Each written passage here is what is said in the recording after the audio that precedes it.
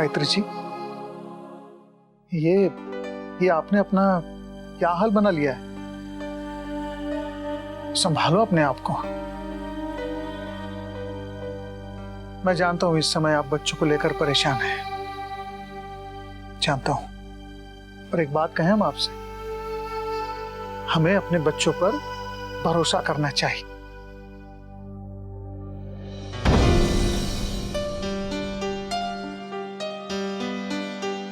हाँ, अगर बच्चे कह रहे हैं कि हम आपसे अलग नहीं होंगे, उस नए घर में रहने नहीं जाएंगे, तो मान लीजिए ना। फिर वो घर ही क्यों खरीदा, वो चाबी क्यों रख ली, इन सब बातों पे आप मत उलझिए। आपको ये सब सही कैसे लगता है? मुन्ना ने मुझसे माफी मांगने से इनकार कर दिया, आज वो उसने घर लौटाने से इनकार कर दिया, और आप कहते हैं उन पर भरोसा करो। आप किस तरह भरोसा कर सकते हैं? उन्हें किसी भी बात का पछतावा नहीं है, तो मैं कैसे भरोसा कर लूं कि वो लोग हमें छोड़कर नहीं जाएंगे? बहू आकर दो मीठी बातें कर लेती है और मैं मान लूं। गायत्री जी, इस समय आपको वही दिखाई पड़ रहा है जो आप देखना चाहती हैं। मतलब? सब वहम है आपका, कोई कहीं नहीं जा रहा है। आप ना थोड़ा नजरिया बदलिए अपना। मेरा नजरिया गलत नहीं है, आपको ही सच दिखाई नहीं दे रहा। सच तो ये भी हो सकता है ना गायत्री जी, जो बच्चे कह रहे हैं। मेरे कहने पर आप एक बार उन्हें माफ तो कीजिए, फिर देखिए। आप तो बस अपने मन में एक ही बात लेकर बैठ गई हैं कि बच्चे यहां से जाने वाले।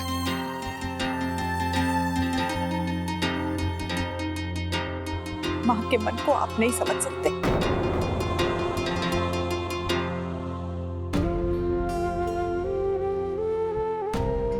बेटे के जाने की बात से ही मां के मन को क्या महसूस होता है, आप कहां समझेंगे? राजश्री बहन ने मेरा डर समझा, उन्हें मुझ पर विश्वास हुआ, वरना वो अक्षरा को नहीं मुझे समझाती। मेरे भरोसे का अंजाम मैंने देख लिया है। आज तो चाबियां तक आ गई घर में, अब कहने को बचा ही क्या है?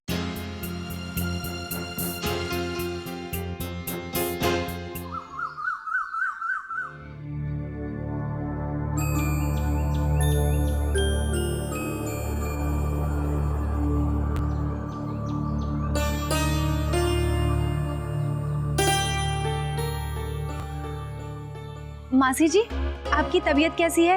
रात को ठीक से नींद आई थी ना? अरे मुन्ना कहाँ है? अब ना वो तो सुबह सुबह ही कहीं बाहर चले गए थे। हमने पूछा भी, लेकिन दादा ने कुछ बताया नहीं।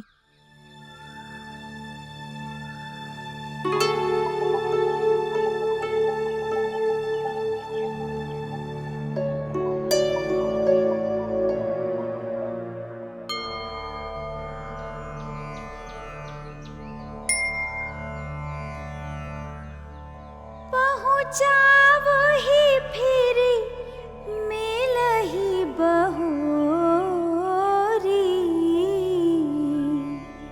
बढ़ी परस्पर।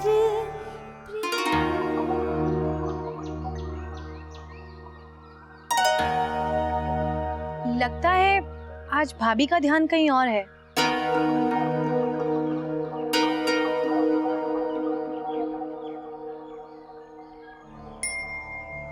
पुनी पुनी मिलत सखी न बिल गाई।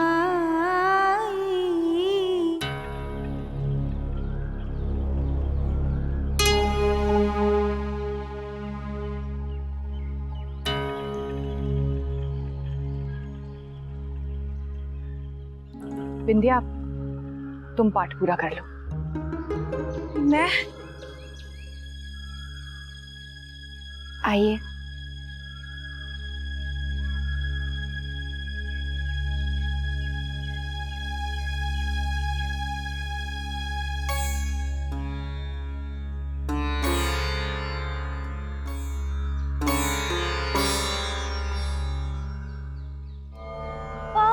जावई फिर मिलई बा बढ़ी परस्पर प्रीत न थोरी, बाल बाछ जिमि धेनु लवाई।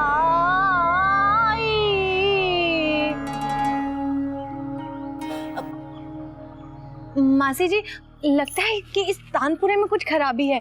कल मैं इसे ठीक करा के अच्छे से गाऊंगी।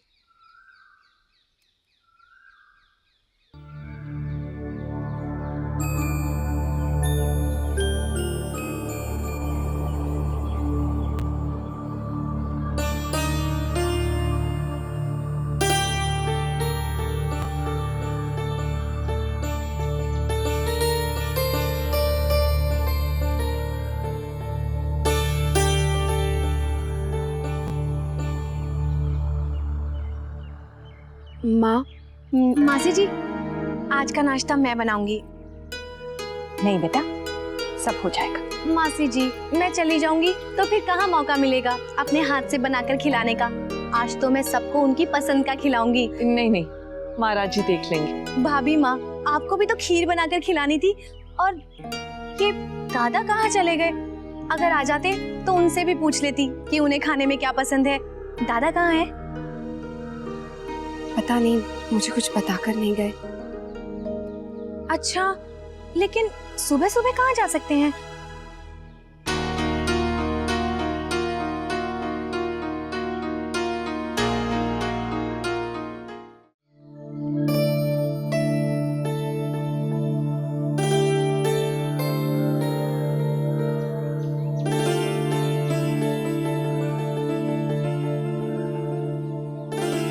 बड़ी बहू, जरा बैठो, मुझे तुमसे बात करनी है।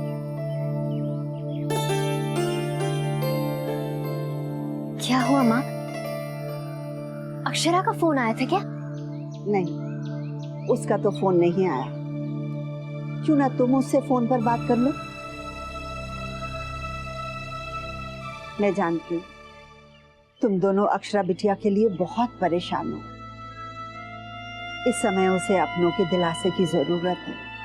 तुम उससे बात करोगी तो उसका धैर्य बढ़ेगा, उसे हिम्मत मिलेगी। बैठो बड़ी बहू, बैठो।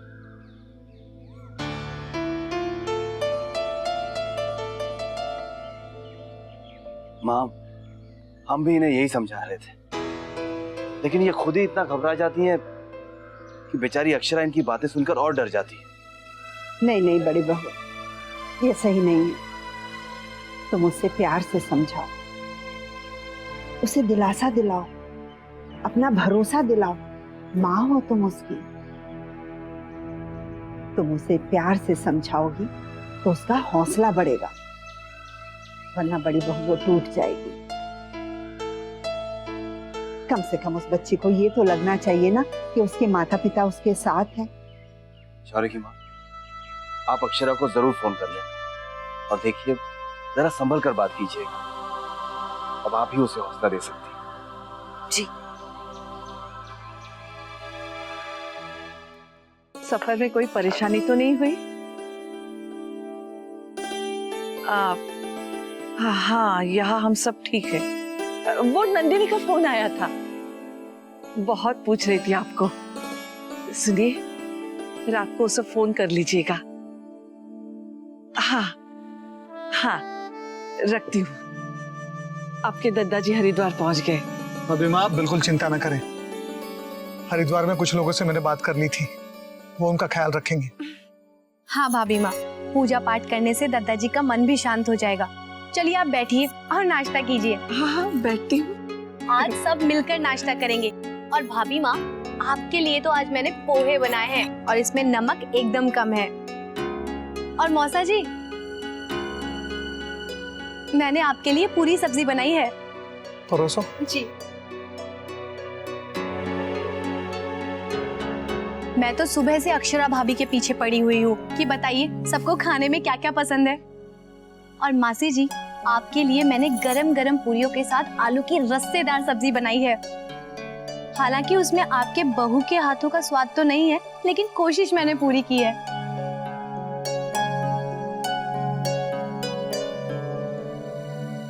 अरे दादा आ गए।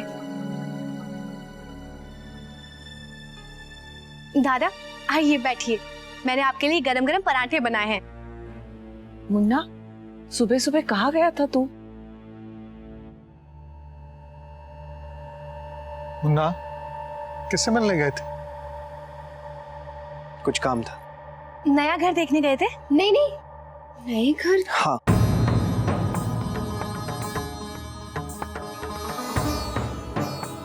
मैं नए घर गया था।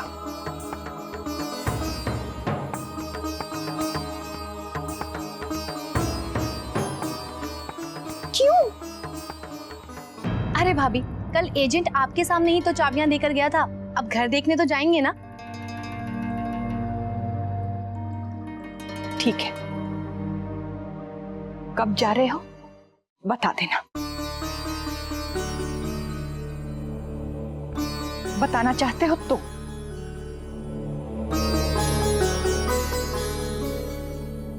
अक्षरा, ये 10 लाख रुपए हैं, आपसे लिए थे, आपको दे रहा हूं।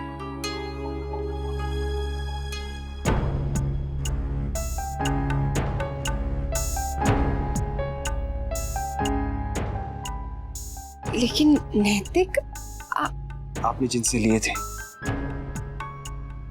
उन्हें लौटा दीजिए। मुन्ना, ये सब क्या है बेटा? कहां से आए इतने पैसे? मैं उस घर की चाबी लौटा कर आ रहा हूं।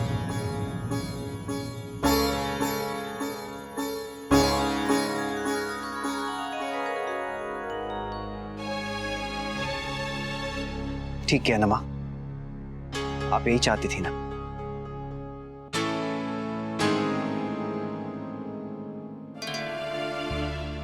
माँ,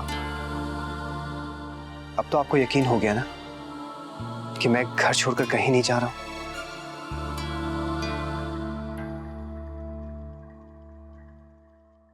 आपका मुन्ना आपसे बहुत प्यार करता है।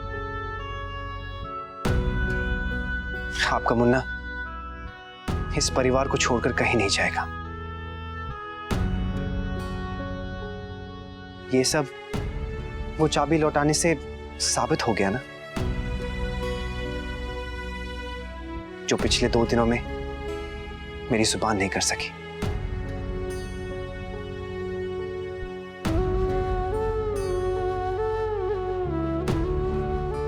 मैं जितनी भी बातें बोलता गया, बात और बिगड़ती गई। ये घर मैंने जरूर रक्षा के नाम पर लिया था, लेकिन ये हम सब के लिए था, इस परिवार के लिए था।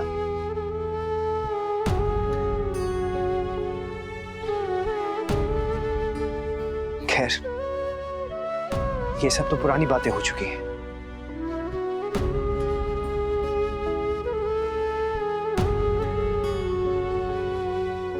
भाभी माँ, ये कागजात मुझे दत्ता जी ने दिए थे, आप रख लीजिए।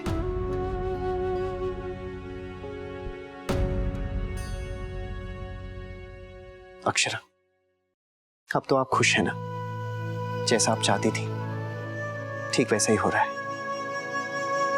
इस घर की सुख और शांति वापस लौट आएगी।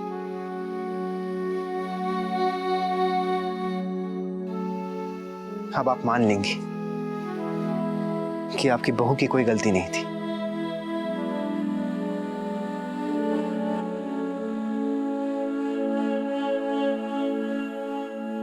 अब तो आप खुश हैं ना माँ?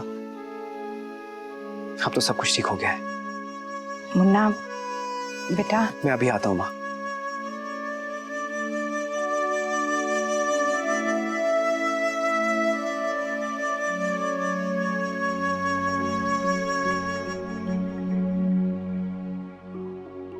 चलो अच्छा हुआ जो दादा ने चाबियां लौटा दी। चाबियां गई बला टली। क्यों अक्षरा भाभी?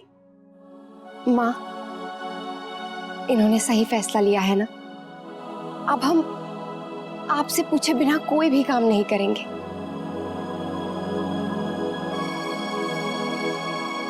अब जो हुआ सो हुआ, अब ये किस्सा यहीं खत्म करो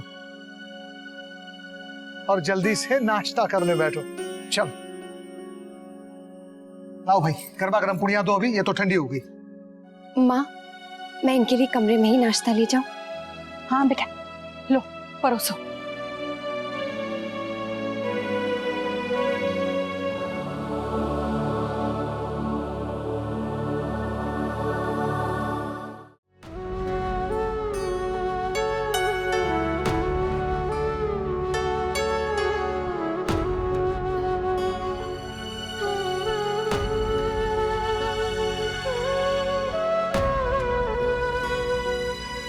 नैतिक, थैंक यू सो मच।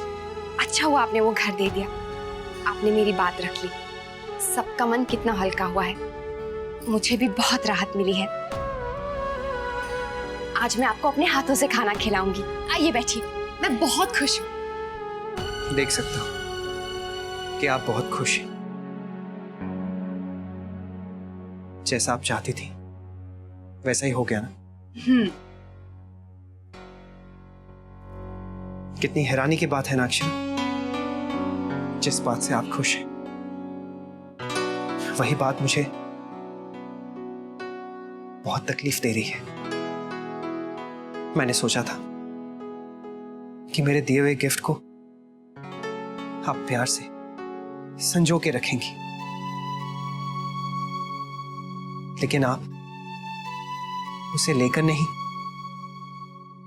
बल्कि उसे लौटा कर खुश हैं। एक बात और कहूं अक्षरा, मैंने ये घर इसलिए नहीं लौटाया है क्योंकि मैं ये साबित करना चाहता था कि मैं सही हूं, बल्कि इसलिए क्योंकि मेरी बीवी को इसकी कदर नहीं थी। आपको कोई फर्क नहीं पड़ता। नैतिक, ऐसा मत कहिए। अक्षरा, घर लौटाने की जिद आपकी थी और आज आपने मुझे यह भी बता दिया कि आपको मेरी कोई परवाह नहीं। हम अलग सोचते हैं, अलग चाहते हैं, इसीलिए मैंने सोच लिया कि आज से आप वही करेंगी जो आप चाहती और मैं वो जो मैं चाहूंगा। आज से ना आपको दुख होगा ना मुझे।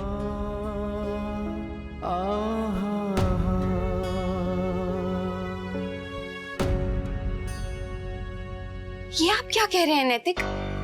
हम कहाँ अलग सोचते हैं? ये तो हालात ऐसे हो गए थे कि नैतिक, आप तो सब जानते हैं ना, सब क्या समझ रहे थे, इसीलिए मैंने कहा। और आप ये नहीं जानती कि मैं क्या समझ रहा हूं अक्षरा।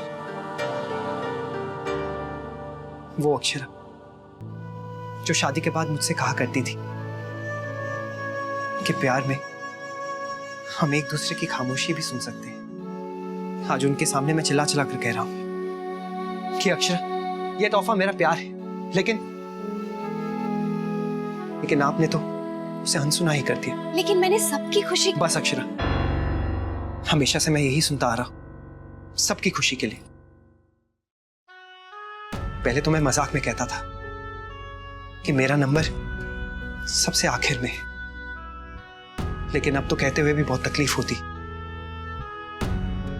कि मेरा नंबर आखिर में रखते रखते आपने मुझे अलग ही कर दिया है, जैसे मैं आपके लिए कोई मायने ही नहीं रखता। नैतिक, आप ऐसा क्यों कह रहे हैं?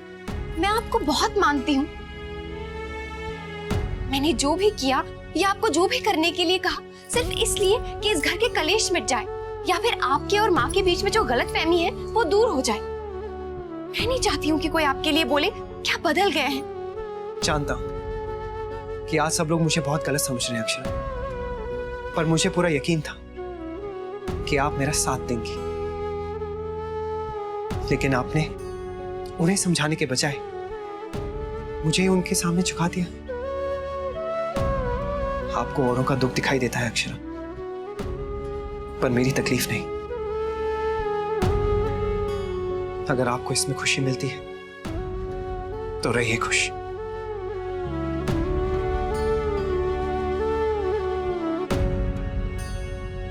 हे भगवान, चीजें क्यों नहीं संभल रही हैं मुझसे?